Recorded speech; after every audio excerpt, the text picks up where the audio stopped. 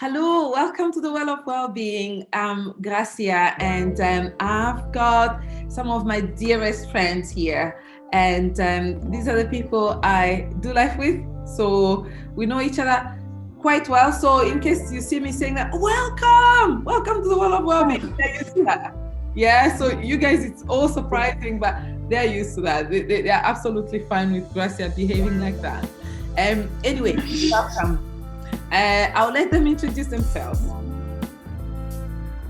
Hi, so my name is Aigars, and I'm originally from Latvia, and now for about 7 years I know this beautiful woman who is also my wife, and we've been married now for about 4 years. We both of us stay in just slightly outside of Glasgow, and for about 5 years now we are connected with the local church here called Destiny Church in Glasgow there.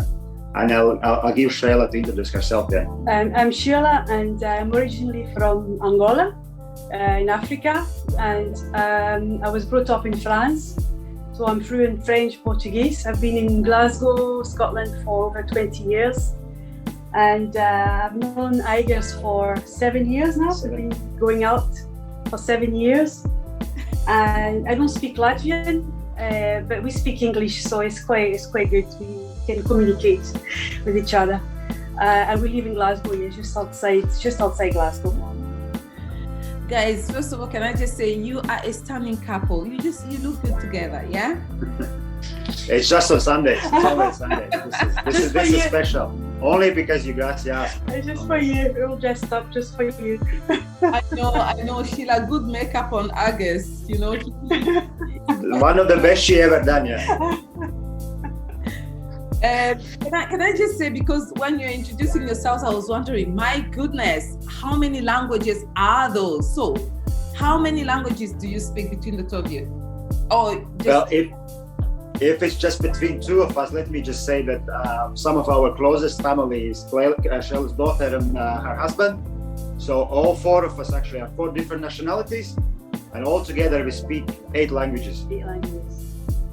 8 languages between 4 of us. Wow! And what are those languages?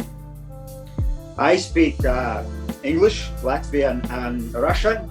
And Sheila would French, be Portuguese, Spanish, a little bit English, of course.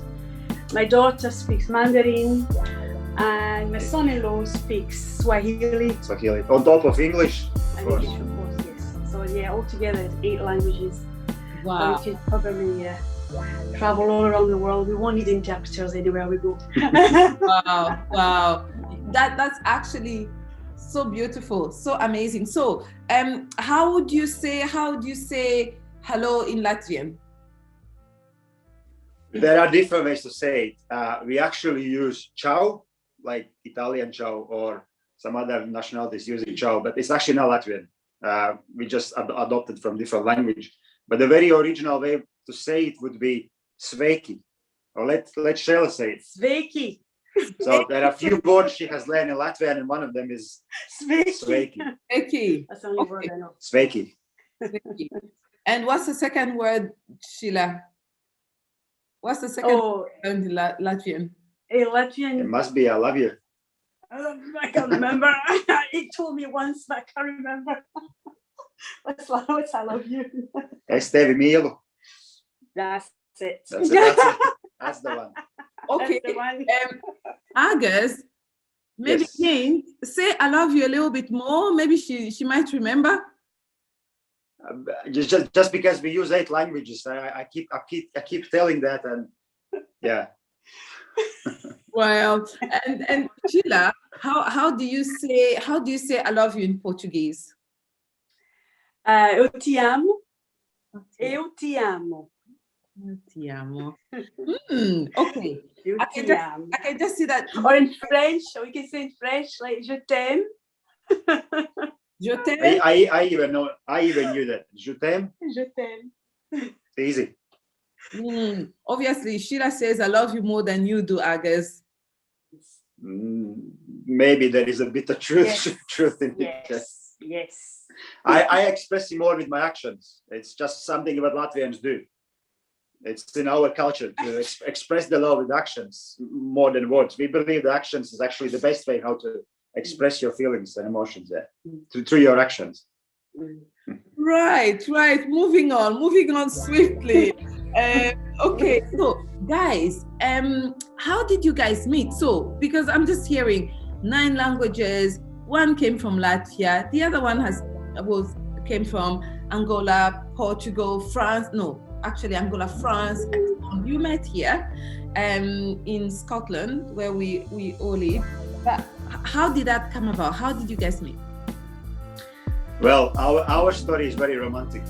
I could say that it was very romantic. And basically, the way we met was we met in a bar, and the same night we stayed in a bar till about 3 o'clock in the morning, and then we went to casino the same night and stayed there till about 6 o'clock in the morning. And after that, we went to McDonald's for breakfast and stayed there till 7 o'clock in the morning. So that's our romantic story, how we met. It was a Brazilian bar. So yes, it was very busy, and we were out with friends. He was out with his friends, and I was out with my group of girlfriends. And we just met in a bar, yes, just ordering drinks. And he approached me, and which is very romantic, as I said. And he said hi. I was like, hi, and it was very romantic.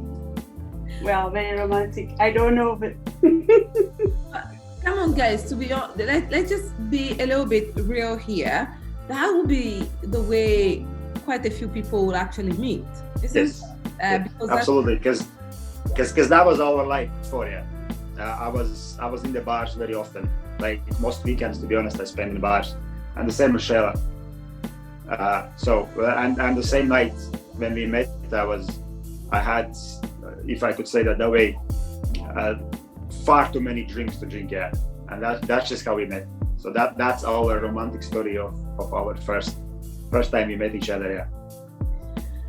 It's a story. Everyone have their own stories, and what I'm actually just wondering about is, was there anything which made you actually go and say hi to Sheila, or were you so cut that it was just like you would have said hi to anyone? Or did you actually notice her and decided, I'm going to go say hi? Or you can't remember? Well, actually I do remember, but yes, it was. I think it was the way I was dressed, and he kept on staring at my back. And he said the way I was dressed was very attractive. To be honest, I didn't notice him straight away. I would say he wasn't really my cup of tea. I wasn't my usual type of man that I usually go and look, and it was actually one of my friends who said, "Oh, look, this man over there, he keeps on staring at you." And I was like, "Really?"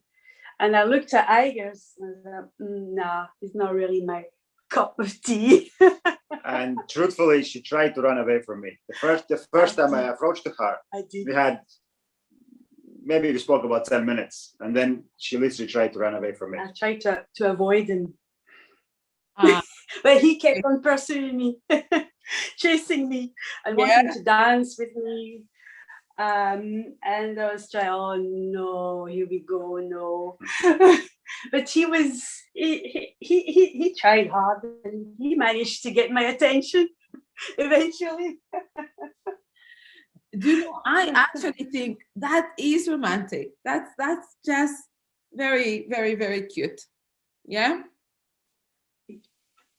So absolutely, yes. So met in the bar, went to the casino, went to McDonald's, modern, proper way of meeting, and then what changed? What changed from just kind of like having met, let's say in a way casually, like the way most people would do a few times in their lives? And if I'm right, that place you met, you had been there before. Each one of you had been there before. It was a place where you'd often go to anyway. So what made that encounter different, apart from the casino and the McDonald's, of course, but what made it different? Well, what can I say? It was the fact that we clicked straight away, even that first night that we met. I think the first couple of hours, it was a bit awkward. We're dancing, having a good laugh, and I found him very funny. Eventually, I found him very attractive, and then my friends wanted to leave and go home, and he invited me to go to a casino. I was well, okay, let's go casino with his friend. And we sat for hours that night. We sat down at the casino and we just talked. And it was just talked for hours, literally for hours, just talking about everything. And we didn't know each other. And you just felt in an hour or two that we knew each other, that we always met. We had so much in common, and we felt, oh, it's quite easy to speak to him. It's quite approachable, it's good fun. And I think that night, I personally, I didn't fall in love with him that night, but I found him very attractive and very easy to talk and approach, and very funny. Yeah. And actually, then the next, that's not even finished, to be honest. The next day, we met again, and we went for, that would be officially our first date. So we didn't wait for days or weeks or months or whatever. We actually met the next day already. So we stayed together, and we met, stay until 6 or 7 o'clock together. And then that morning you asked me, give me your mobile number. I will text you. And I really thought he wasn't going to text me, but he did text me in the same afternoon, asking me out for that same evening. And I thought, I was so excited. I thought, wow. And I couldn't wait to see him again. I had seen him in the morning, but I couldn't wait to see him again in the evening. And we went out for a quiet drink that same evening. Yeah. Now, so we met. So how did you record his name in your phone? Is that question for Sheila?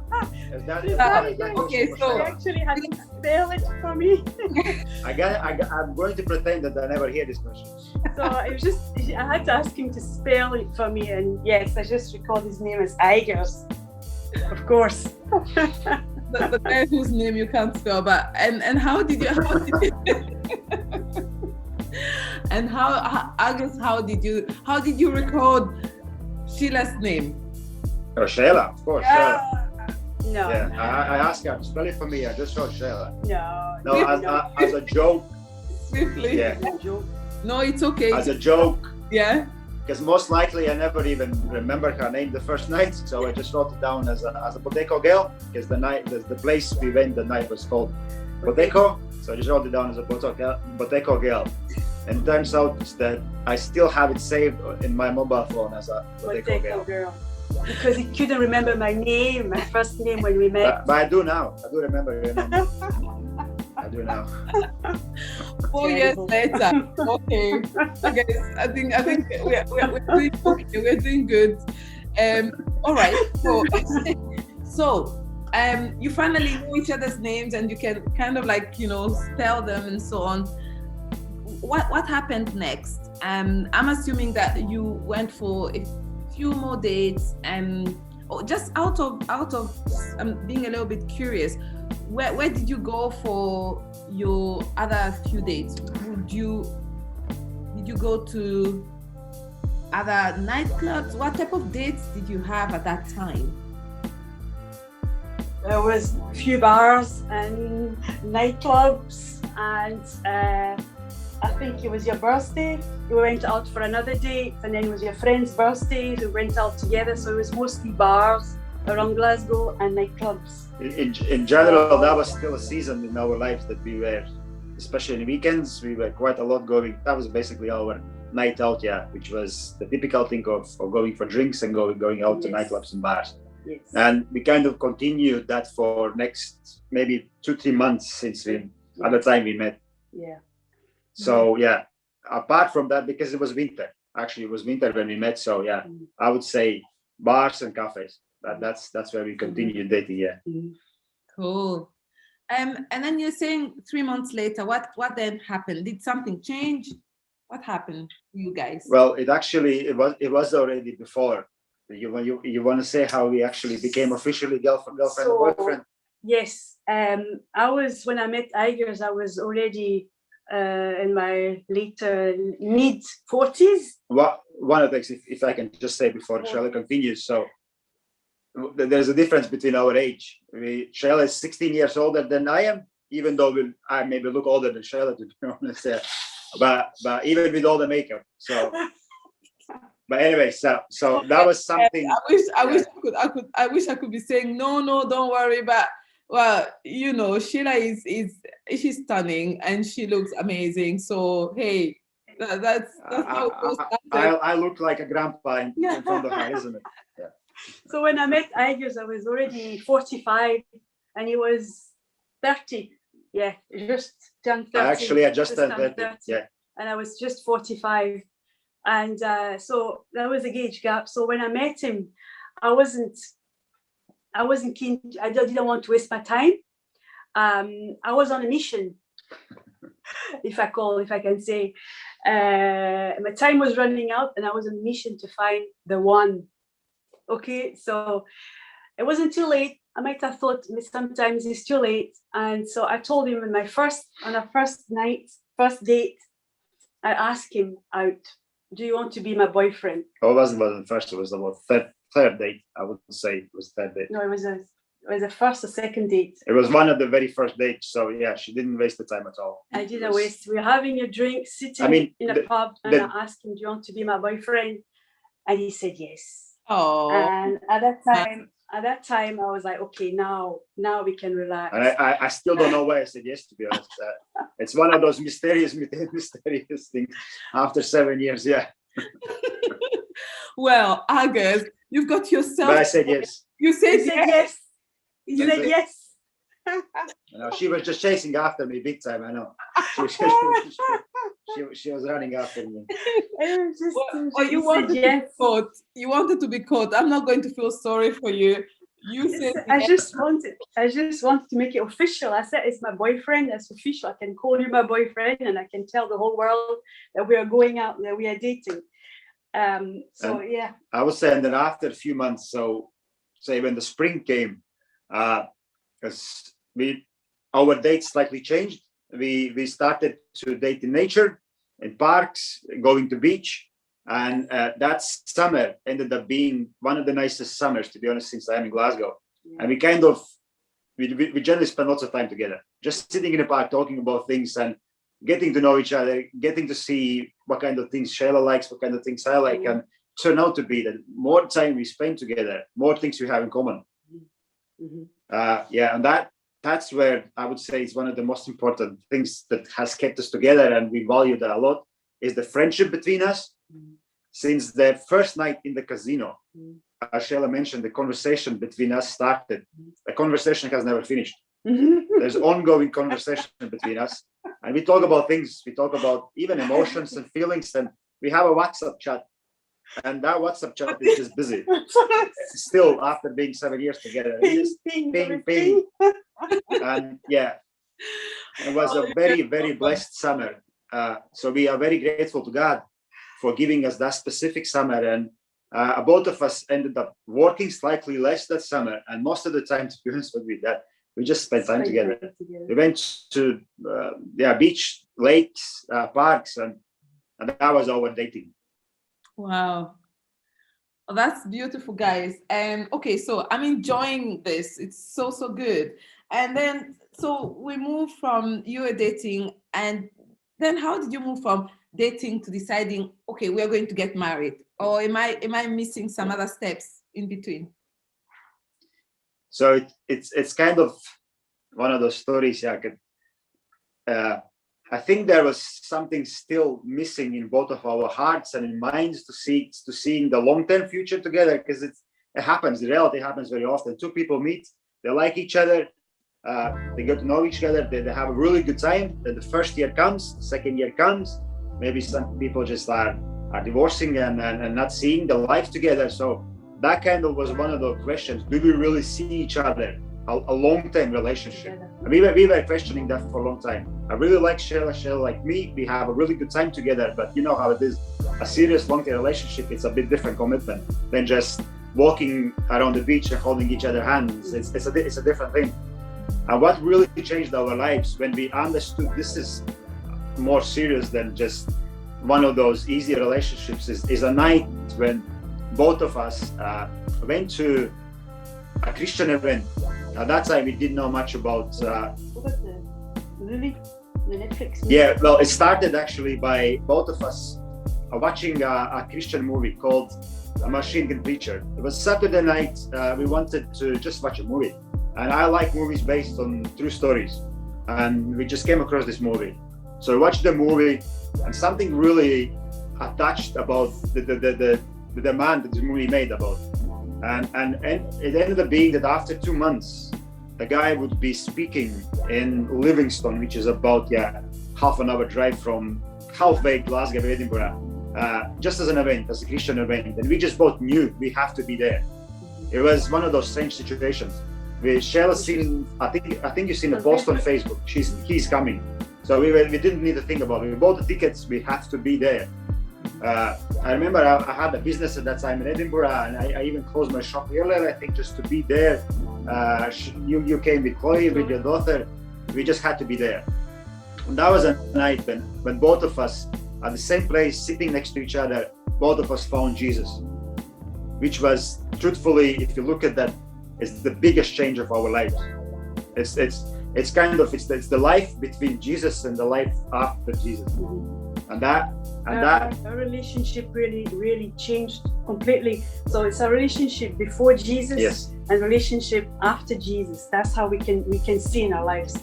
There was no Sheila before or a different. Yes. It's just like completely changed. The time we went to that event, and we're not even expecting anything. We just wanted to see the real man, the real machine gun preacher, Sam Childers, and we just wanted to shake his hand and thank him for the great work that he's doing in Africa, in South Sudan, with those children and orphanages. And we didn't even know what Christianity meant. We didn't know what.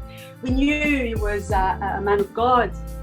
We knew that he was dedicated to his cause. Yes. But we just wanted to meet him, shake his hand. But basically, God was waiting for us. Jesus was waiting for us to go. That was a time that I would say was one of the disappointing times. Where those times that everything changes. And my daughter Chloe was there, so it's 3 of us. And at the end of the event, there is always an altar call. It means that the church asks if you would like to give your life to Jesus, if you like to turn away from your sin and put your hand up. And we were sitting next to each other, and we had our eyes closed, and we were praying the prayer. And we both felt our hands going up, literally going up it was just this power, just going up. And we lifted our hands at the same time, and we didn't realize what was going on. We went down, we received Jesus, and the only thing, but the interesting thing is, like, just imagine the view. Both of us sitting there, eyes are closed. I don't see what Sheila is doing. Sheila doesn't see what I was doing. And then after that, we were talking about how we actually felt in that specific moment. And both of us felt exactly the same. It was exactly the same feeling. Yeah. And as Sheila was saying, supernatural. It was a supernatural feeling. Even my hand, it was supernaturally. It just went up. I didn't lift my hand up. It was super. Yes. And he was the same. He felt his hand going up. It was supernatural. Yeah. That moment, you feel some kind of something coming on you. I've never felt before. I didn't know what it was. We didn't know what it was. We didn't know what was happening. And it was the presence of God literally coming on us.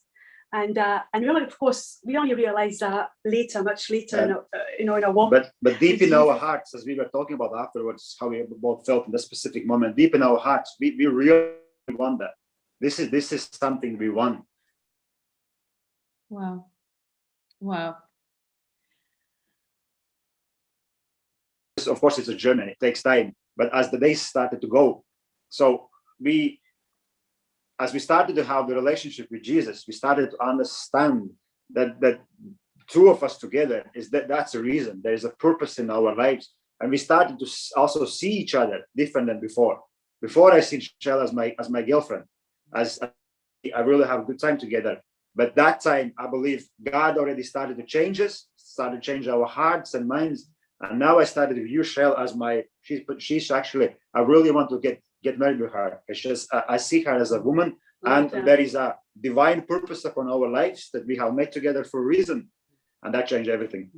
That totally changed our relationships. Yeah. Wow. Wow.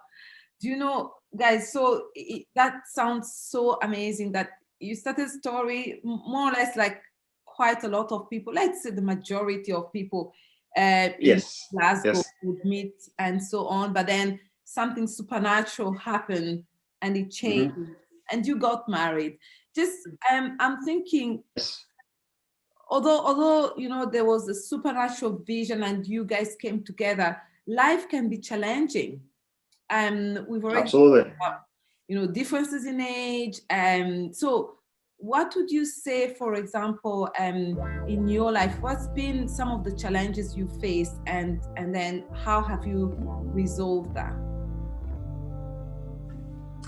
In general, this is before marriage or after marriage? After marriage. Or just any challenge? Now, you know, you have the vision. When we are married, You're married, and you know that there's now a higher purpose on your life. Yes. You've changed the way you are relating to each other. First of all, let me just ask, does that mean that life just became very easy? Everything was just smooth sailing? No, absolutely no. As I said, long-term relationships, marriage is not something that you just hold each other hands and walking around the beach and everything is beautiful. Absolutely no. And the fact that we are Christians, it doesn't make any big difference, to be honest. We're still humans, we still live on this earth, so we still face the same problems and challenges as anybody else. It was the same in our case. So as from a point we got married, there are a few things that I can imagine most couples are dealing with. Even though we liked each other company, we liked each other as personalities, there's lots of things in common.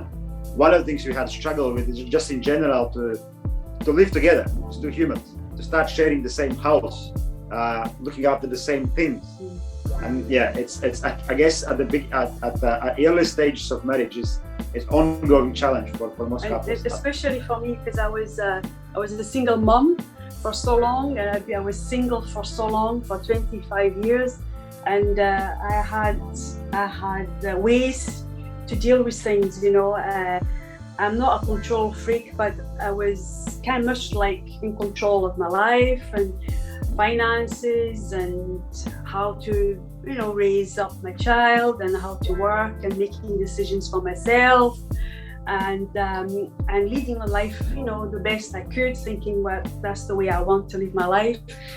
And then he comes along, and of course he has his ways, his views, makes my own rules, perceptions, and he comes in as the man in the house. But he came in and live with us, with me and my daughter, who was a teenager already at that time. And God says, yes, he's the man, he's the head of the family, and we have to let him, you know, put the responsibility on him. He's the one who carries the weight. And for me, it was hard. It was very hard. That was personally very hard to not to trust him, but kind of to let him take over some of the areas of my life where I had the perfect control. And that was a struggle for me personally. I think it was a struggle, one of the challenges that I had. And it's still ongoing, because both of us, let's say, come with our baggages, the previous experience, the situations that we went through has made us the way that who we are, basically. And the fact that you start living together doesn't cancel them. It's still there. It's still in our minds, still in our hearts. Yeah. And we had broken relationships in the past. We come with baggage, with lots of baggage, and not really good experience of dating and relationships with the past. And then we had to start making decisions together as a couple, as a married couple. We literally had to make decisions together.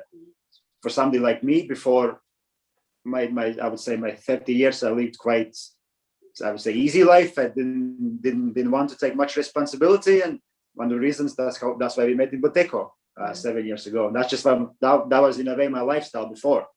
And now I suddenly have to take responsibility and actually show Sheila that I can be the man of house, and not just ask her to do something because I'm a man, but really through my actions show it. So it was, in a way, it was a challenge for me to come to a place that I'm actually able to do that. Yeah. And the same for Sheila, because she wasn't in a place to listen to a man for many years. But then suddenly, okay, you don't make decisions by yourself. As the Bible says, becoming one flesh, but it's still in process. It's not as easy as it is actually. So we had to, and we're still learning. We're still learning to make decisions together. Wow. Guys, that's it's just amazing hearing you sharing that. But can I just ask, how in practical terms, how did you let go? So I'll go to Sheila. In practical terms, how did you go through, or how are you going through that process of letting go and allowing Aigars to take on more responsibility? How do you? She still doesn't do it. She still doesn't do it. It's a struggle. I fight and I fight, and you know how I fight, and it's a struggle. It's until, and I think that's when God has to, when I have to turn to God, when I feel that that's it, I cannot handle this by myself, and He gives me peace. It's the fact that I have to let it go and give it to God, but give it to Him, and it's a fight. It's a struggle.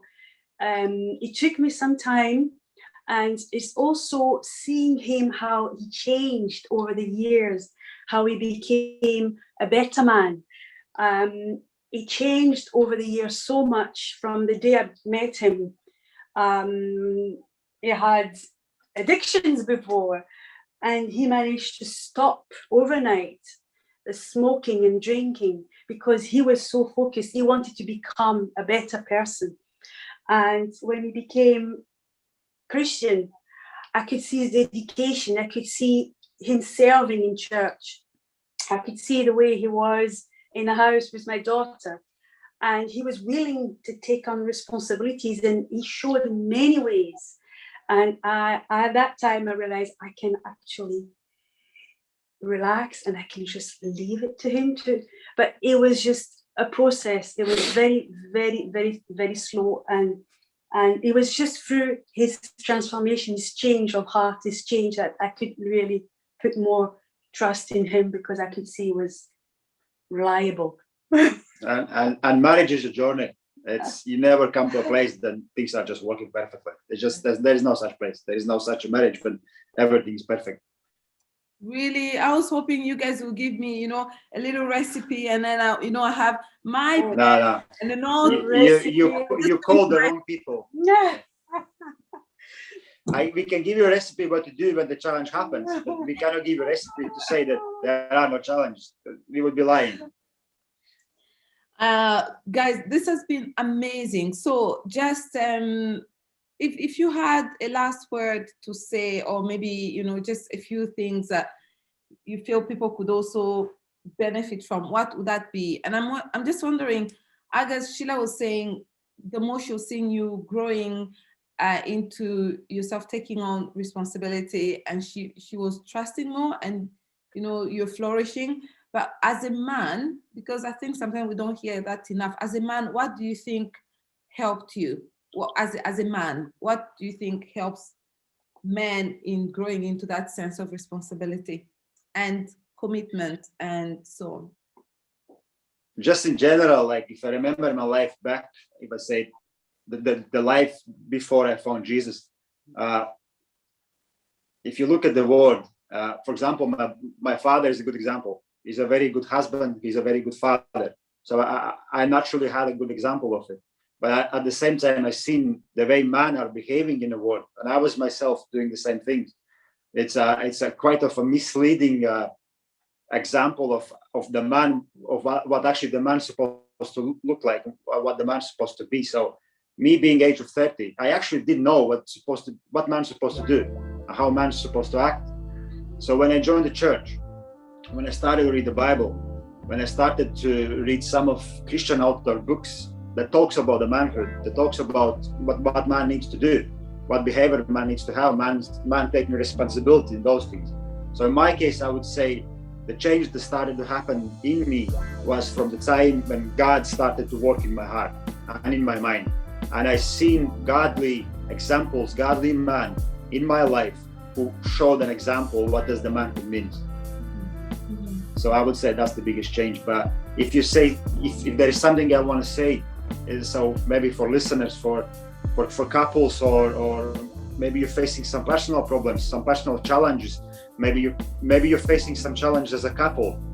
See, in our life, as much as you don't like the challenge, as much as you don't like those situations when you go through challenge, truthfully, those challenges has made us who we are right now.